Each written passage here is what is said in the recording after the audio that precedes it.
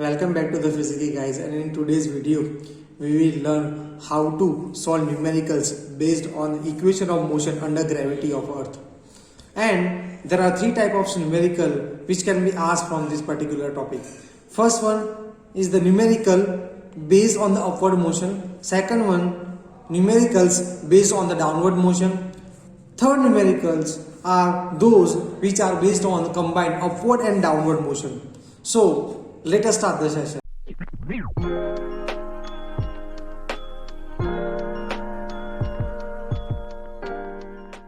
Let us discuss about the numericals which are based on upward motion. And if you have not seen my previous video on the equation of motion under gravity, then do check out, because the key to solve such kind of numericals is explained there.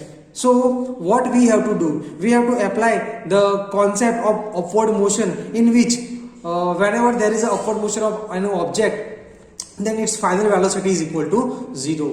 When the object approaches to some height, it will be momentarily raised, and hence the final velocity will be equal to 0. The value of g is 9.8 meter per second square. We have to use the modified equation of motion for the upward motion, and they are v is equal to u minus ge into t, h is equal to ut minus 1 by 2 gt square, and v square minus u square is equal to minus 2 ge into h. So these are the modified equation of motion we have to directly apply whenever the numerically is asked based on the upward motion. Time of descent, that is the time of fall, is equal to time of ascent, that is the time of rise. Now generally in this kind of numerical, what is asked? To find out the maximum height attained, to find time of rise, to find total time required to come back to ground, or to find time taken to attain a maximum height. That can also be asked. We are asked to find velocity with which object was thrown upward, as well as the position after particular time, or to find out the distance at particular time. So let us understand this thing with one example. And the example is a ball is thrown vertically upward. Here, whenever you will read the example, it is clearly mentioned that what is done with the object. Here it is thrown vertically upward with the velocity of 49 meter per second. Then we have to calculate maximum height to which it rises. Second, the total time taken to come back to the surface of the earth. We have to take g 9.8 meter per second square. Now there are two steps through which we can solve this kind of numericals examples. Then first step is to write down the given parameters and with the rough diagram as shown in the figure. So here in the title of the question, it is itself written that the thrown with the velocity of 49 meter per second. That means that initial velocity is given. So in the diagram I have mentioned as a 49 meter per second. Let us assume that t is the time required to attain maximum height, and as soon as the object reaches the maximum height, its velocity will be equal to 0. Whenever there is a downward motion, again I will be explaining what to do and how to calculate the time for downward motion. As we know that the time of going upward will be equal to time of coming downward. So let us write down the given parameters are u 49 meter per second, v is equal to 0 for maximum height, and the gravitational acceleration is equal to 9.8 meter per second square. We have to find height, we have to find time of flight. In second step, we have to find suitable equation for the solution of the numerical. Now how to find the suitable equation? We have to match given parameters with the equation of motion, and based on quantity which are given in the given parameters, we have to choose your equation. For example, if I have to find out the maximum height to which it rises, then I have to match these parameters to the equation of motion of an object in the upward direction. So I have to match both the thing. Which equation can give me the height with the help of these parameters? That I have to do. And if I am able to identify, then I can apply that direct equation. So for a question 1, in order to find out the maximum height, I can say that the v square minus u square is equal to minus 2gh equation is very suitable, because here v is given, okay, here v is there, u is there, g is there, and h we have to find. So everything is there except the h, so we can find out the h as shown in the solution. For the second question, in which we have to find out time of light, time to reach maximum height, let us say if it is t, then again we have to match the given parameters with the equation of motion, and the suitable equation of motion for this condition is equal to v is equal to u minus gt. Since v at maximum height will be 0, final velocity at maximum height becomes 0, so 49 minus 9.80 and t will be 5 seconds. Now as we know that we can apply the concept that time of ascent is equal to time of descent, and that is again 5 seconds. That means that time taken to attain height is 5 seconds, and time taken to come back to the ground is also 5 seconds. So total time will be 10 seconds. That will be your final answer. Let us understand another example which is asking us to find out another parameters. A firecracker rocket is fired and it is rises to a height of 1000 meters. Here height is given. Find velocity by which it was released from the ground, means initial velocity we have to find, and 2 time taken to reach the highest point. Take g 9.8 meter per second square. Again there are 2 steps. One, I have to write down the given parameter with help of the labeled diagram, as I have labeled that this rocket is having some initial velocity u that I have to find. Time I have to find. Height is given 1000 meter, so height is 1000 meter, g is given, v is 0. We know that for upward motion at maximum height the final velocity is equal to 0. We have to find u. Now which equation is suitable to find u, that you have to decide. Since v, h and g is given, okay, we have to find u, so suitable equation is v square minus u square is equal to minus 2gh. So applying that equation you will get the answer. Now for finding a time t to attain the maximum height, what I have to do, we are having v, u, g as well as h. So to find time we can use v is equal to u minus gt. This equation will be very suitable for you. Yes, you can use h is equal to ut minus 1 by 2 gt square, but it will lengthen your calculation and will consume more time. Okay, so v is equal to u minus gt, and we can find out the time taken as shown in the solution. Let us consider another example in which a ball is thrown upward with the 100 meter per second speed. Find the height or distance covered after 3 seconds. What is the distance covered after 3 seconds in upward direction?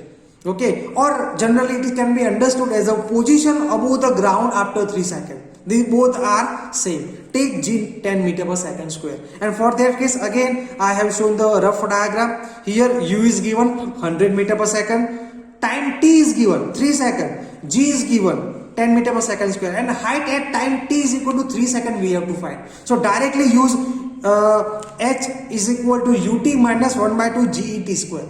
That equation will directly lead to the height attained after this 3 seconds. That is a 255 centimeter.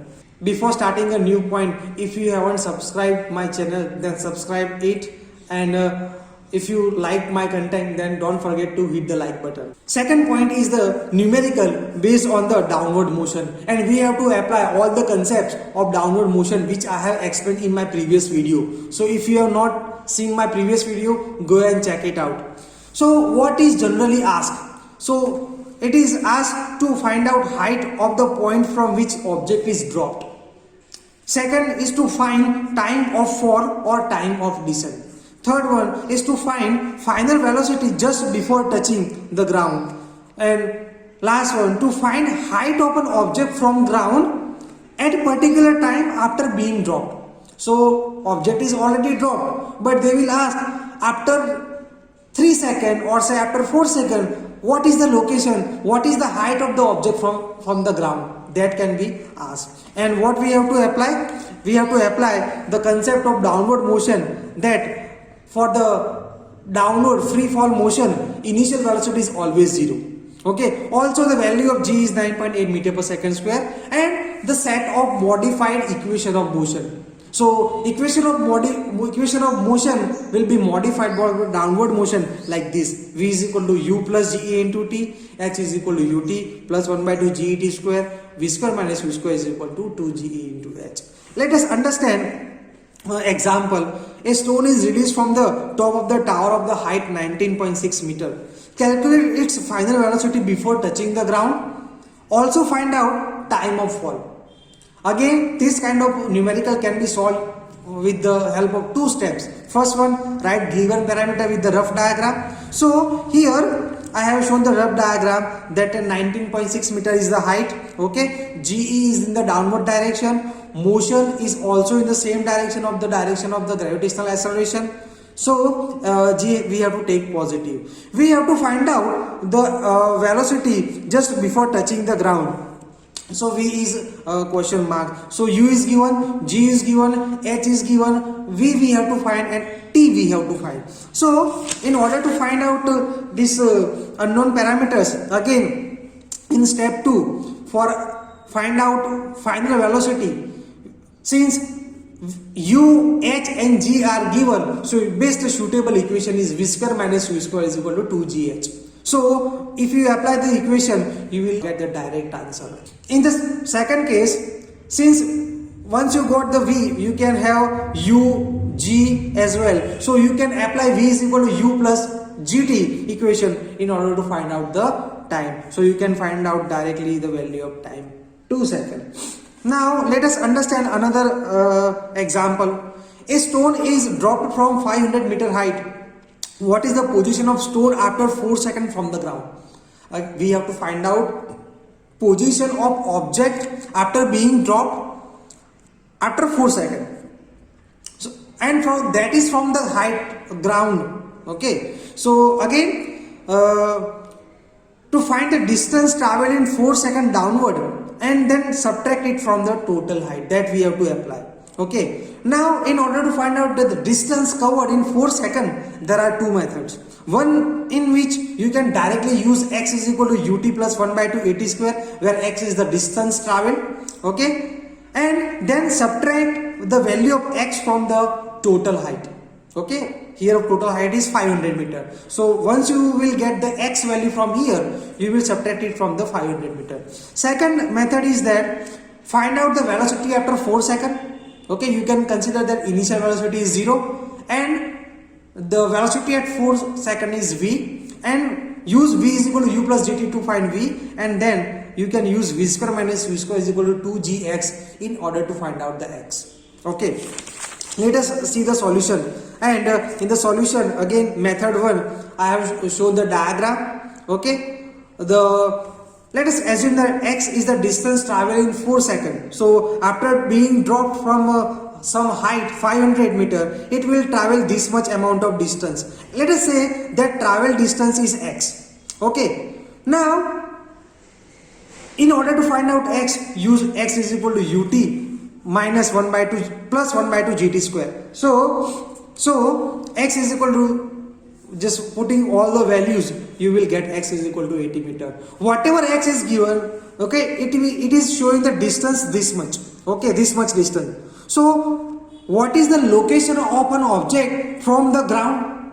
You have to subtract x from the total height. You have to subtract this x distance from the total height, and you will get the height of an object from the ground at t is equal to 4 seconds, somewhere here.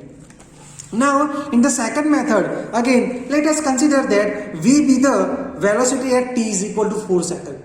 Okay, so for this interval, this condition in which initially object is at the rest condition, u is equal to 0, and at time t 4 second, velocity is v. So here I have found the velocity at time t 4 seconds, that is equal to 40 meter per second, and then apply v square minus u square is equal to 2gx, and from that I can find out x, and you can find out the height from the ground.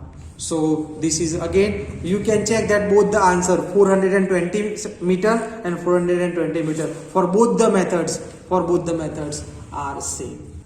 let us discuss the third kind of numerical, that are the numericals based on the combined upward and downward motion.